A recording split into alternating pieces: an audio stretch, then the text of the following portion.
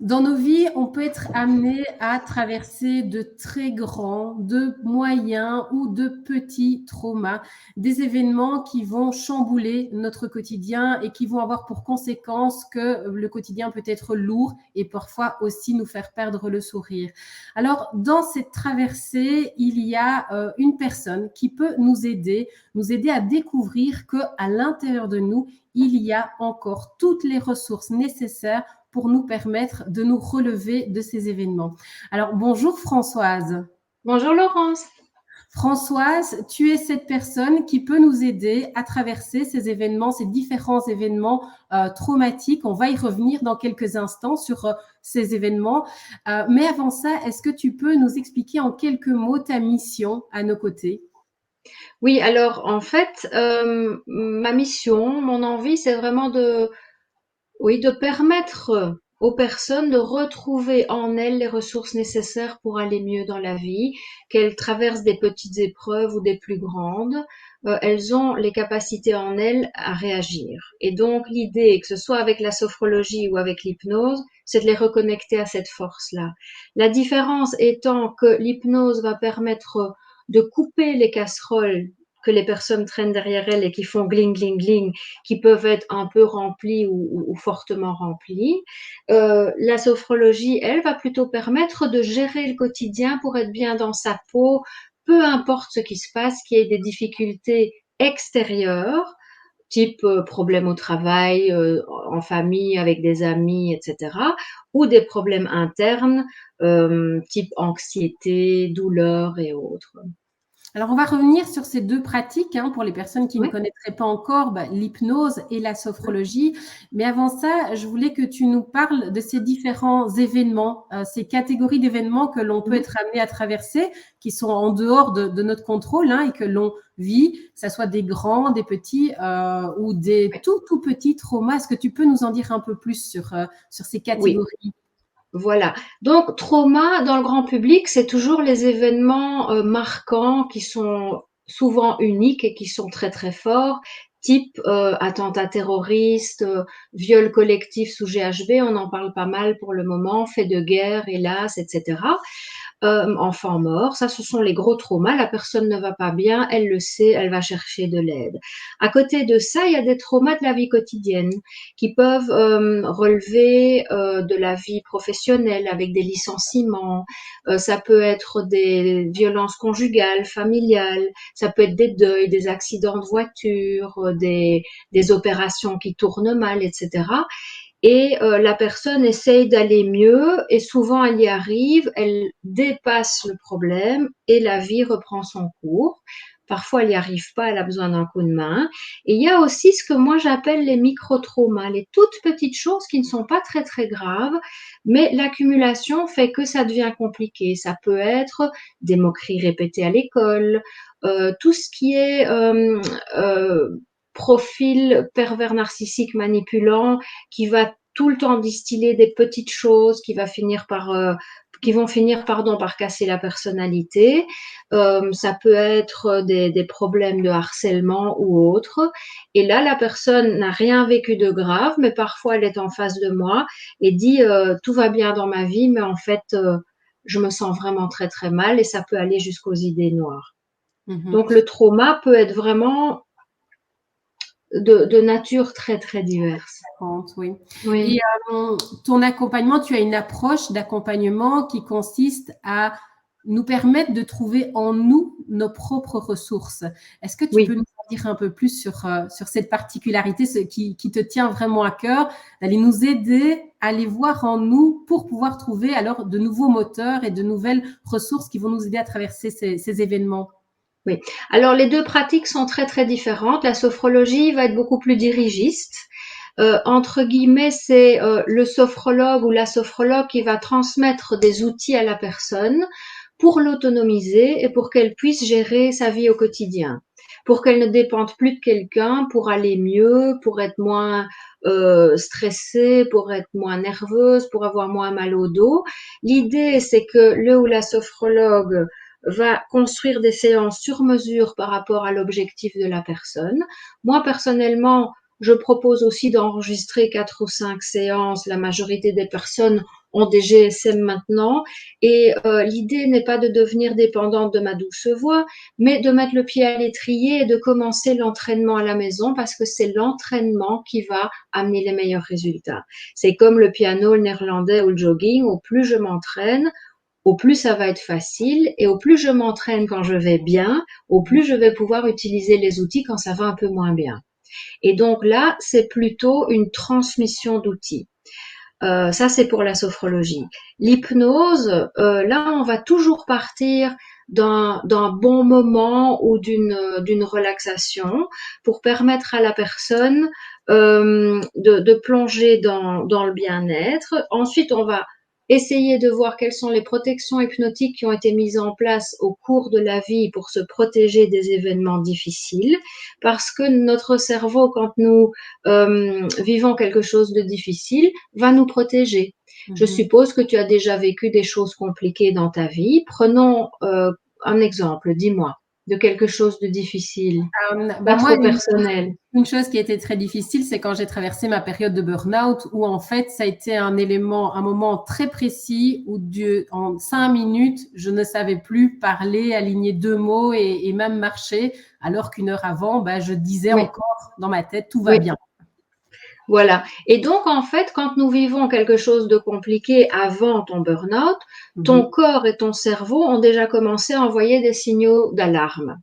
Dans la complication, par exemple, si un jour ton chef te hurle dessus et que tu devrais répondre ou prendre la porte, ton cerveau va te protéger. Parfois, c'est une tétanie.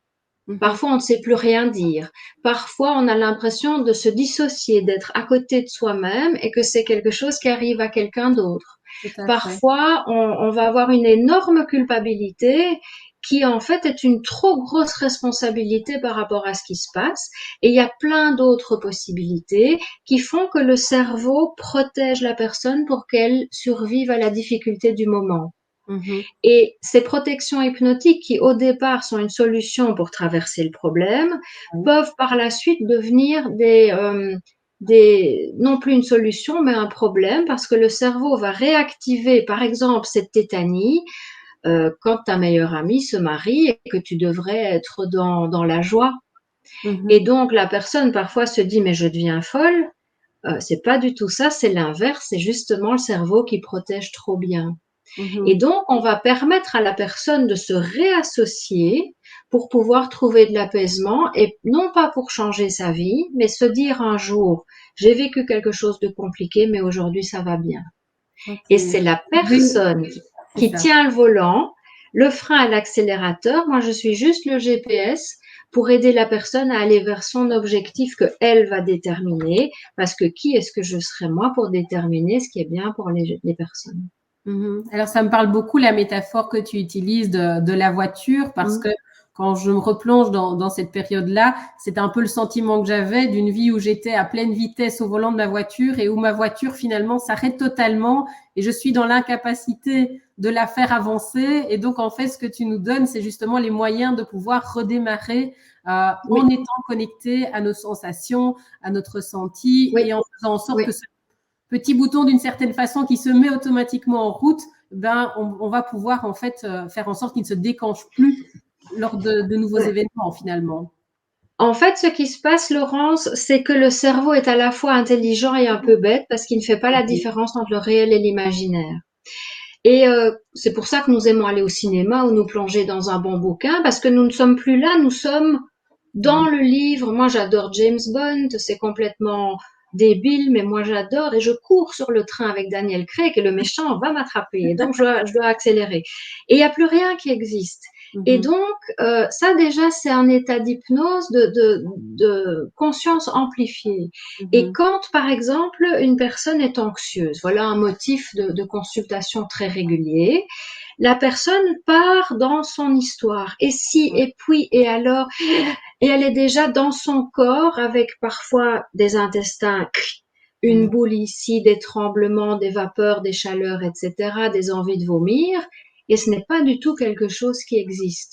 Donc, la preuve que quelque chose qui n'existe pas encore nous impacte aujourd'hui. C'est Mhm. la même chose avec la nostalgie du passé, par exemple, ou des problèmes qui ont eu lieu il y a longtemps, et la personne pleure encore à chaudes larmes. Ça s'appelle encore un trauma chaud, alors que la majorité des traumas sont des traumas froids. Mais on va pas rentrer dans les choses trop techniques. Et de nouveau, la chose s'est passée il y a 27 ans, et Bernard, il m'a quitté. C'était quand, madame? Il y a 27 ans, et la personne pleure à chaudes larmes. Le corps réagit encore maintenant à quelque chose qui s'est passé il y a longtemps. Et Mhm. donc, nous allons utiliser cette formidable capacité de ne pas faire la différence entre le réel et l'imaginaire pour aller gommer dans le cerveau émotionnel des cicatrices que nous essayons de penser en réfléchissant avec notre cortex préfrontal. Ça ne chef à rien, comme on dit à Litch, hein. Ça ne sert à rien. Ça ne sert à rien de réfléchir sur quelque chose d'irrationnel. Mhm. Or, 80% de nous, c'est notre inconscient. Et puis Ouais. au-dessus, t'as le conscient qui essaye de se battre au jour le jour. Et donc, en hypnose, on va rester consciente et travailler avec l'inconscient en même temps. Et la personne reste totalement consciente, hein. Mhm.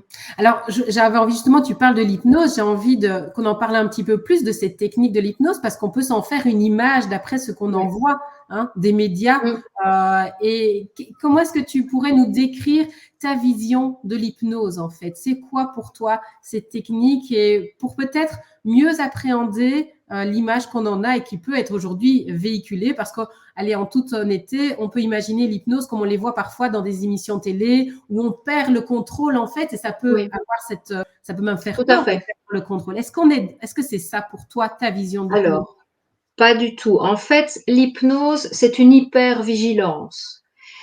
Et l'hypnose de spectacle, de divertissement dont tu parles, c'est une hypnose extrêmement directive qui va fonctionner avec environ 10-12% de la population. Les personnes qui ont vraiment envie que ça marche, qui y croient vraiment et qui sont prêtes à rentrer là-dedans. Et c'est Mhm. ça qui est très important. Mais avec toi et moi, ça ne fonctionnera pas parce que nous n'avons pas du tout envie qu'on rentre dans notre tête, qu'on nous mette des idées dans la tête. Ça ne fonctionnera absolument pas. Il y a vraiment des études scientifiques qui sont menées là-dessus. Il faut la collaboration de la personne pour que ça puisse marcher. Et donc, l'hypnose thérapeutique que nous utilisons pour préparer des opérations, pour Mhm. opérer ou pour aider dans les gros traumas, ce n'est évidemment pas du tout une hypnose de spectacle. C'est vraiment travailler, la personne est consciente et en même temps on travaille avec l'inconscient. Et donc, comment est-ce que je pourrais t'expliquer ça? Il y a différents niveaux de transe. Il y a des personnes qui restent les yeux ouverts, qui prennent un verre d'eau, qui vont aux toilettes, qui reviennent. L'hypnose continue de la même manière que la personne qui est dans une transe profonde. C'est comme masque et tuba ou moins 50 mètres avec la plongée. Le travail se fait de la même manière. Erickson, qui est le grand ponte de l'hypnose moderne, disait c'est l'inconscient de la personne qui choisit le niveau d'hypnose pour faire le travail nécessaire au jour le jour. De nouveau, cette idée que c'est en nous finalement et que c'est nous qui allons guider Oui, grâce à ton accompagnement, hein, à toi oui, qui va être notre GPS dans ce oui, cheminement pour aller retrouver ces ressources-là. Et alors, oui, la sophrologie, quant à elle, oui. quelle est la différence, j'ai envie de dire, alors il y en a de nombreuses, mais peut-être qu'est-ce qu'elle va apporter comme complément alors à l'hypnose. L'hypnose va aller chercher peut-être ce qui est plus profond. Hein. Je sais que tu utilises Oui, l'expression qui consiste à couper nos casseroles oui. et le lien entre ces deux pratiques peut-être. Bah, grâce à Dieu, on n'a quand même pas tellement de casseroles que ça dans la vie. Tu vois? Donc l'hypnose, on peut y venir parce qu'on a un problème ponctuel ou quelque chose de récurrent, ou par exemple quelqu'un qui a été bafoué en amour et qui n'ose plus faire confiance, par exemple. C'est pas parce qu'on rencontre une personne avec laquelle ça ne marche pas ou qui est malveillante que tous les autres sont inadéquats. Et Mhm. donc, ben, on va travailler ça, on va travailler un problème de confiance en soi, on va travailler, je ne sais pas moi, un problème oui, de parents malveillants, on peut travailler une phobie, on peut travailler une opération, etc. Une Une fois que c'est fait, dépendance, c'est fait. quelque chose comme Oui, ça aussi, tout ce qui est oui, dépendance, addiction. Moi, je ne travaille pas ça par choix personnel, mais j'ai des collègues qui travaillent ça. Et alors là, on est dans le complémentaire parce que les addictions doivent vraiment être prises en multi-professionnel, si Oui. possible en institution. Il faut un addictologue ou un tabacologue ou un alcoologue, etc. Parfois, il faut des médicaments et l'hypnose va complémenter tout ça, notamment en permettant à la personne d'être mieux dans sa peau, cool, et par exemple pour éteindre des feux qui ne sont plus du tout présents aujourd'hui, mais qui poussent encore à la consommation. D'accord. Maintenant, je perds le fil de mes La idées de ce que tu me sophrologie. demandais. Voilà, La sophrologie. sophrologie, merci, c'est vraiment un outil pour gérer le quotidien, tu Mhm. vois. Et ça, je te le promets, des ennuis, on en aura toute notre vie de temps en temps. Et là, la sophrologie permet vraiment de gérer, soit parce que nous avons eu une mauvaise journée pour équilibrer et ne plus rester dans cette mauvaise journée, dans ce ressenti, ou Mhm. aussi quand on va un peu plus loin dans la gestion des émotions pour préparer des événements plus compliqués ou des événements joyeux comme une naissance, un changement de boulot, un voyage. Et là, on va projeter la personne en étant bien dans son corps et dans ses émotions vers le futur pour programmer de nouveau le fameux inconscient. Ça, c'est l'apport de l'hypnose dans la sophrologie pour préparer la personne à l'événement qu'elle souhaite préparer. Eh bien, écoute, pour moi, c'est très clair. Ces explications étaient très éclairantes sur la manière dont ces deux pratiques, hein, la sophrologie et l'hypnose d'autre part, peuvent nous aider à améliorer finalement notre quotidien, notre bien-être au quotidien, que ce soit, comme tu as dit, les petits stress, hein, que l'on vit, qui Ouais. font partie du quotidien, ou les grands événements plus traumatiques. Alors, François, si on veut retrouver les informations, tu as un site internet que je vais afficher. Alors, c'est un site internet sur lequel on retrouve aussi des ressources et des contenus, notamment des contenus vidéo, puisque quand on se connecte dans la partie médias, on y retrouve ici toute une série de vidéos. Est-ce que tu peux nous en dire un peu plus sur les contenus qu'on peut ici retrouver sur ton site internet? Oui. Alors, il y a quelques petites vidéos avec déjà quelques petits outils de sophrologie. Je pense que ce sont les vidéos plus basses. Et puis alors un peu plus haut, il y a quelques interventions en radio où Véronique Tibérien m'interroge sur l'apport justement de la sophrologie ou de l'hypnose dans différents cas de figure au quotidien. Donc déjà de nombreuses ressources qui peuvent aussi nous permettre encore d'aller un peu plus loin après cette interview. Et puis sur ton site, on retrouve également des témoignages des personnes Oui, que tu as accompagnées, si on a envie de voir un petit peu des oui, situations très concrètes et comment tu peux nous aider. Donc ton site, c'est sophrobel.be et on peut également te contacter ici via ton formulaire de contact. oui, absolument. Alors, où est-ce que tu reçois? Dis-nous un petit peu le lieu où tu reçois. Alors moi, je travaille principalement à Nivelles, mais je travaille aussi au centre médical de Lillois pour le moment. Et je fais des ateliers en entreprise, parfois par Zoom aussi. Je préfère le présentiel, on est bien d'accord.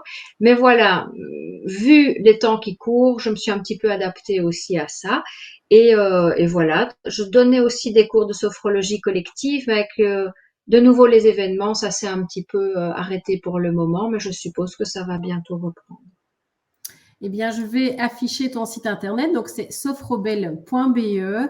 Un Oui, tout grand merci pour toutes ces précisions, tous ces éclairages. N'hésitez pas à aller à la rencontre de Françoise qui vous aidera donc grâce à ces deux approches, la sophrologie d'une part et l'hypnose d'autre part, pour, eh bien, peut-être tout simplement, retrouver le sourire et profiter de chaque minute, hein, et découvrir qu'en fait, on a en nous toutes les ressources nécessaires pour pouvoir traverser ces moments et finalement être pleinement présent et rayonner ici dans notre vie. Un tout grand merci, Françoise. merci à toi Laurence, à bientôt. Au revoir.